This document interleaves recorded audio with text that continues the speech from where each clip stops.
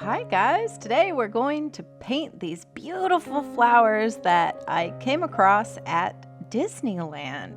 This flower bed was right near the castle. So fun and so bright colors and gorgeous, and I'm excited.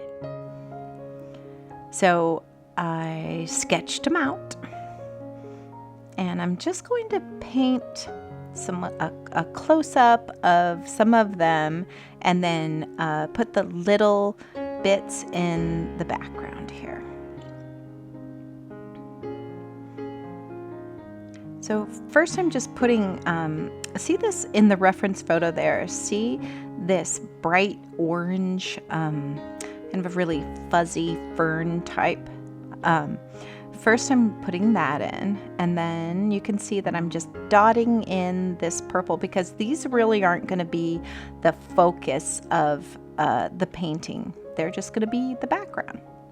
So I'm taking a couple different images from the video I took of these flowers at Disneyland, and I'm combining it into my own new little reality in this painting because I loved the bright pink.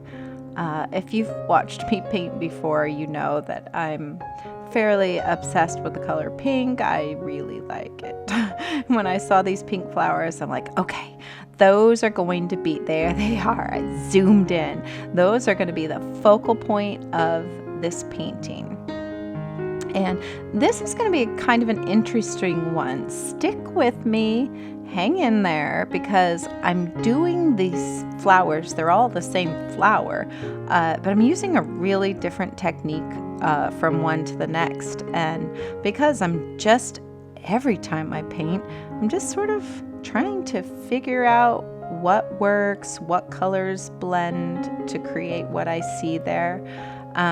So for the first flower, I put down strokes of water, and then I added pink to the center and let it sort of bleed out. And then I realized when I jumped over to the second flower that I needed to just go straight in with the pink and then pick it up. So I went back and started doing that with the second flower.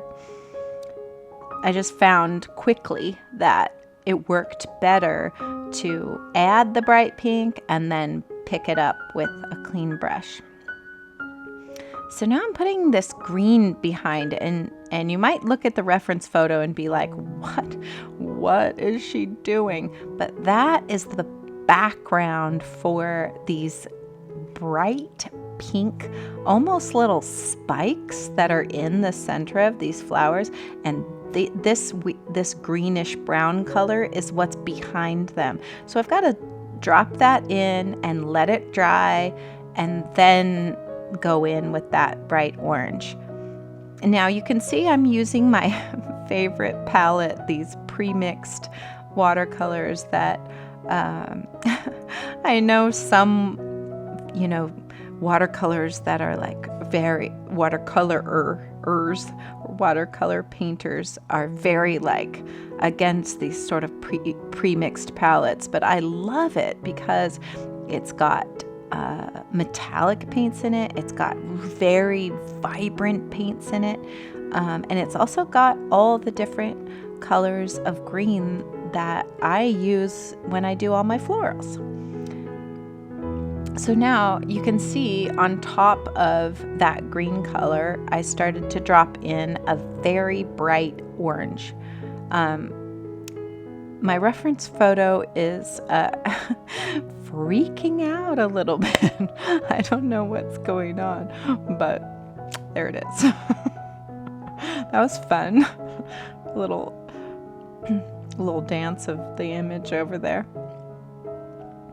So now I'm sort of creating this same flower that I did before, but I'm combining the techniques of the first flower, the second flower, and now I'm like, all right, well, maybe because there's more white in that third flower. So I decided to use a lighter color as the base. And I'm deepening up the little in-betweens to to create dimension in the centers and adding that sort of bright sunlight hitting that center. While I was painting this, I really was like, how am I going to create that almost fluorescent orange spike look of the center of this crazy pink flower? If I didn't see this in person, I may not have thought that this was a real flower that existed, because it's just such a bizarre color combination. But here now you can see that because I had let that center part dry, I'm able to tap in the really fluorescent paint color, and the really fluorescent paint color on top of that dark mutes it down and sort of creates the more natural orange. So now I'm just adding some of the background foliage. See, there's the image that so you can see behind that reference photo, there isn't all of the little bluish purple flowers and all of that, but I just took that from a different part of the video and I'm just creating it. Now, I'm gonna take this opportunity to talk a little bit about making leaves.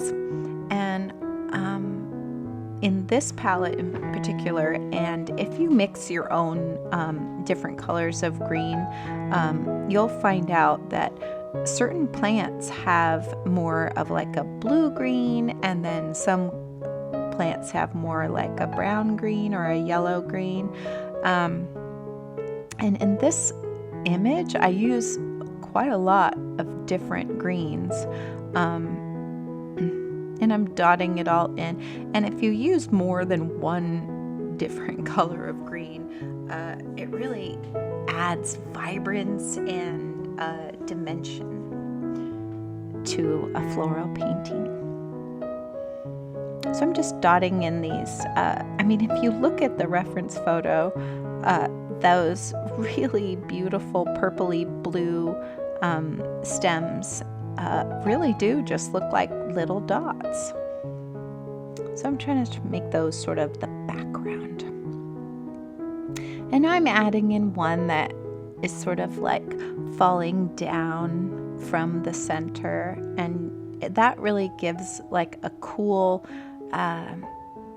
idea of the fact that the middle of the flower really does pop up far from the flower. It's very bulbous. They were just an amazing flower, and working with this bright pink just really was fun and gave me a lot of joy.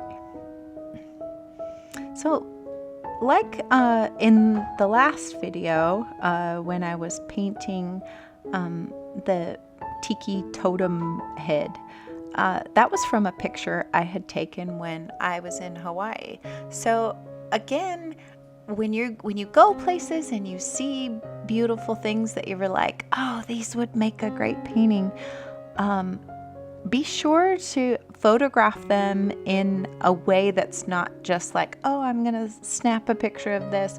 Really try to frame it up or take a video so that you can use it for a reference photo later, instead of sort of trying to rely on your memory. So now this part here just doesn't exist in the photo, but I'm just filling space and creating, using my artistic license, as it were. And I'm looking and I'm deciding I really need to use that Posca pen white now if I'm gonna make these flowers look like the reference photo, because I really went in with that pink. I was serious about that pink, and I needed to sort of lift it. And with watercolors, you can't really lift it unless you use a more opaque paint like I'm doing here with the white.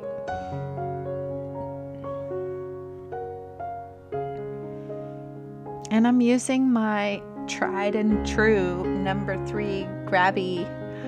I tell you, it's so funny. I've said this before, but it's kind of like, I rarely golf, but when I golf, I use the 4-iron for the entire game.